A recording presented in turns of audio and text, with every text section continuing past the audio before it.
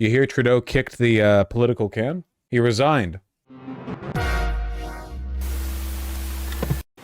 Every bone in my body has always told me to fight because I care deeply about Canadians. I care deeply about this country, and I will always be motivated by what is in the best interest of Canadians. Oh, yeah. And the fact is, despite best efforts to work through it, he had 10 years to do literally anything. What do you mean? He did lots. He rode a wave of popularity that imploded immediately, and then he did nothing for 8 years. Oh, he like crushed a bunch of strikes. Didn't he like flub a coalition with Singh's party like 2 years ago because Singh's party wanted concessions when it came to like social spending, and then like it fell through?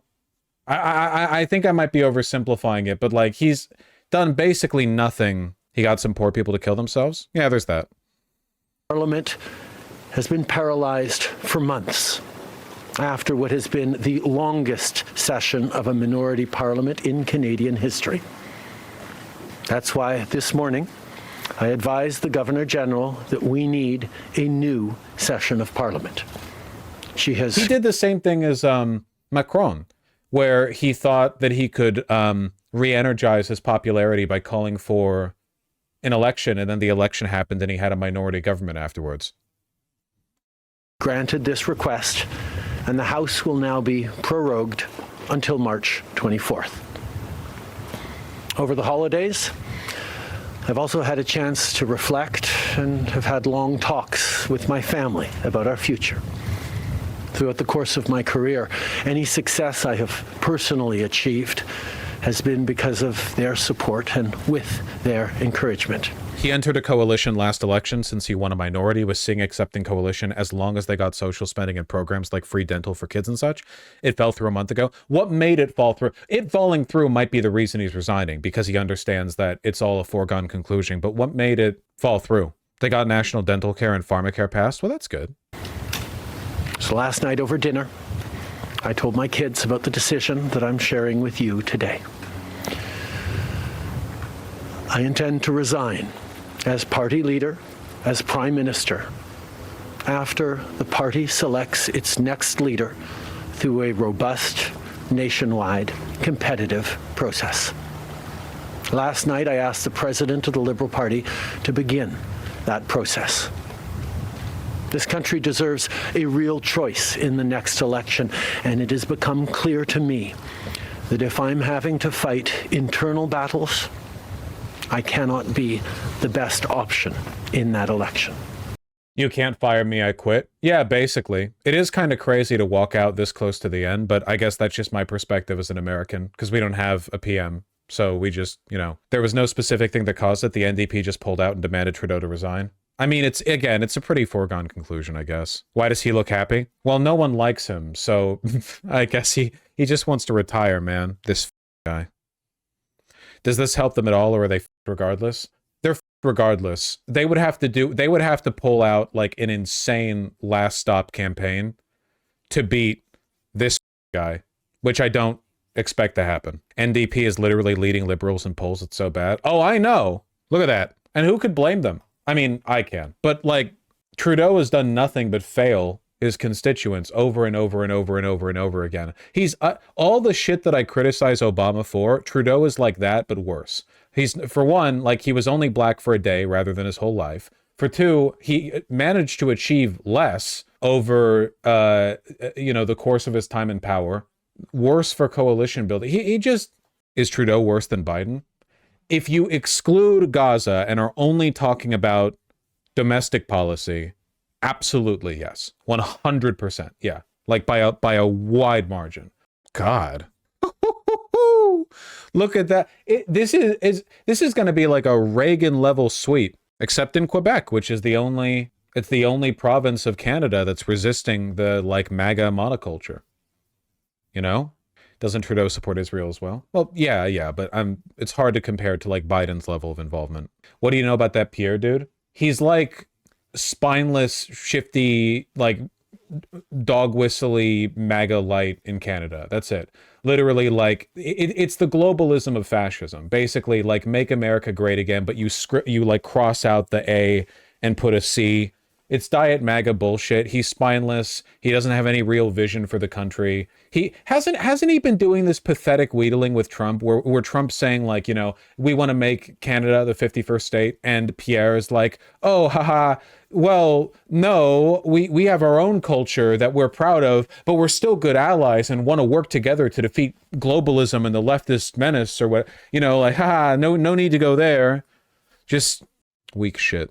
Yeah, Haife is correct. I don't think Pierre is that popular. People just hate Trudeau. Like, unlike Donald Trump, who has his own genuine base of support, he has his own, like, cult of personality. Pierre is just, people don't like Trudeau. I have not seen many Pierre stands on Canada Twitter. Ice variation of Ron DeSantis, then? Nah, I wouldn't say he's as far along as Ron DeSantis. Lindsey Graham? No. He, like, if you toned Ron DeSantis down a few notches, maybe more Ted Cruz. Yeah, maybe more Ted Cruz. Yeah. Trudeau resigning basically rug pulled the whole conservative campaign wash, so they'll see. I don't think there's anything the Liberals can do to overcome this. Like, even with Trudeau leaving. I know it's mostly an anti-Trudeau campaign from the right, but good Lord. Yeah, it's probably too late. I mean, we'll see, I guess. He's not that bad on social issues, though, at least compared to Republicans. Well, like I said, I mean, keep in mind, like, neither was Donald Trump back in 2016. Donald Trump mostly campaigned on Hillary Clinton is bad. Also, I'm the maverick stepping in to, like, save the country from the such and such. A lot of his socially reactionary positions, immigration aside, developed over time as they became part of the, like, zeitgeist of the right-wing movement.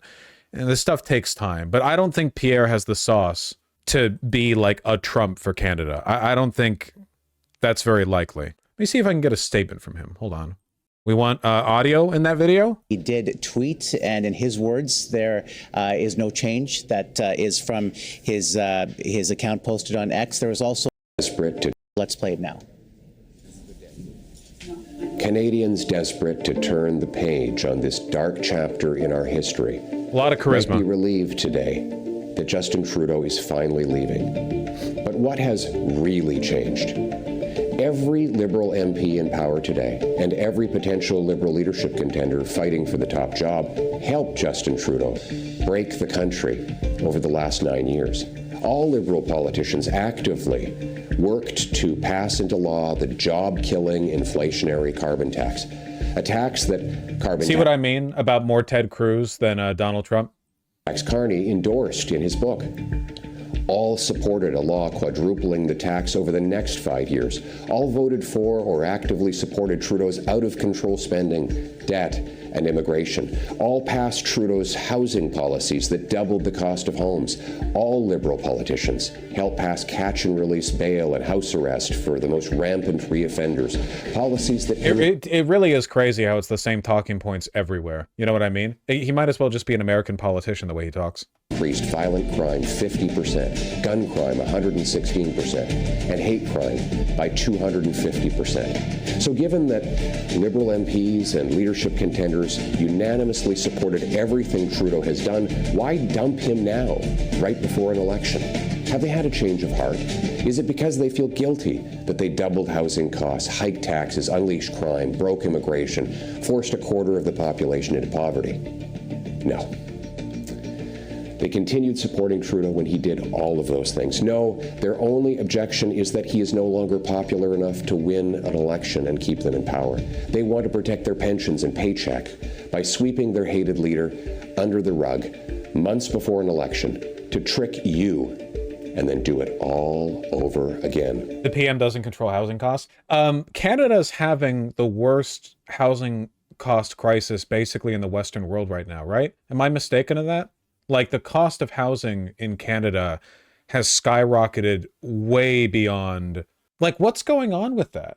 Why don't they build more houses? I know we don't build enough houses, but, like, across America, we build more houses than Canada does per capita by a lot. It's because of the provincial governments. Federal government can't control housing costs. It's provinces that do it. Yeah, so why aren't the provinces doing it? Don't the provinces want their populations to increase so they have a larger tax base? That's why states do it. NIMBYs don't want skyscrapers. Is it a NIMBY thing? I feel like it's not a NIMBY thing so much. In Canada, maybe it is. It is insane how countries can, like, basically collapse as a trickle-down consequence of boomers who bought their house in '76 for $5, who don't want their property taxes to increase. It is insane, like, how the entirety of, like, Western civilization and its stability, that whole bubble, is being supported upon the whims of those people. It's genuinely crazy. Whose idea was it to allow housing policy to be dictated exclusively at the municipal level? What architect of Western civilization? Do I have to go back to Romulus? Who did that? Was it Remus? Was that his idea? How far back do we have to go? Because it seems to be a problem everywhere. Gilgamesh, man. It's almost exclusively Francophones that love mixed zone housing in Canada. Yeah, I think I'm becoming more and more of a Quebec stan. They're racist and arrogant and really obnoxious, but at the same time, they're the only province of Canada that's resisting, like, the MAGA wave. Like, their desire to be French outweighs their desire to, like, become part of the fascist blob that is taking over the rest of the Anglosphere, you know? Now, while leaderless liberals focus on saving their jobs and fighting each other for power, the country spirals out of control, an out-of-control housing emergency, an out-of-control migrant crisis, an out-of-control $62 billion deficit, not to mention... How much of a migrant crisis does Canada even have? Isn't a lot of their immigration people coming in on student visas? Like, one of the reasons their population ballooned up beyond what their housing could support is they just have a lot of people coming in for, like, to be students. They don't even share a border with a poorer country. The only way to enter Canada illegally, unless you really want to swim for it, is to come up through all of America. Like, they're one of the most geographically isolated countries in the world. Tariff threats from the United States. Oh, and another NDP Liberal carbon tax hike kicks in this April 1st. Taste. Everything's out of control. And now the government is out of control. This cannot go on. We need a carbon tax election now to choose between... There's more to illegal immigration than crossing the border on foot. Yeah, you're right. No, I know. But when you say migrant crisis, it's not just illegal immigration, like overstaying your visas. It's pretty obvious what they're referring to here. America gets to pull that shit because we actually do have a lot of people who come up here illegally just by walking. Like, that does happen. We have a massive border with Mexico. I don't think that happens in Canada. For them, the illegal immigrants would be people overstaying visas, but they would have had to get the visas in the first place. I'm sure there are people being trafficked in, the same with every country, but let's not overstate the issue here, you know? The NDP Liberal costly coalition that taxes your food, punishes your work, doubles your housing costs, and unleashes crime and drugs in your community. Or common sense conservatives who will axe the tax, build the homes, fix the budget, and stop the crime. Canadians can take back control of their lives and their country. Take back control of our border. Take back control of immigration. Take back control of spending, deficits, and inflation. Take back control of our streets by locking up criminals, banning drugs, treating addiction, and stopping guns. Oh my God. There are no accurate figures representing the number or composition of undocumented immigrants residing in Canada. A guesstimate of about 500,000 has been proposed nationally, but this number varies among other sources, which suggest anywhere from 20,000 to 200,000 undocumented workers. 20,000 to 200,000? Jesus Christ, man. Sorry, 5 brown people without their papers entered your gigantic, second largest in the world country. Time for Western civilization to collapse. We'll cap spending, axe taxes, reward work, build homes, uphold family, stop crime, secure borders, rearm our forces, restore our freedom, and put Canada first. Yeah, okay. The point that I'm making by showing this guy is that I don't think he's a Trump at all. I think he's just another soulless crypto-fash who's emptily recycling American conservative talking points as a way of gaining power. But this man will never have a cult of personality, at least not the kind that Trump has. He's not even like a Le Pen or a Meloni or whatever. Like he's like empty. He's an empty suit. It's not just his talking points. It's the way he conducts himself. It's the way you get me.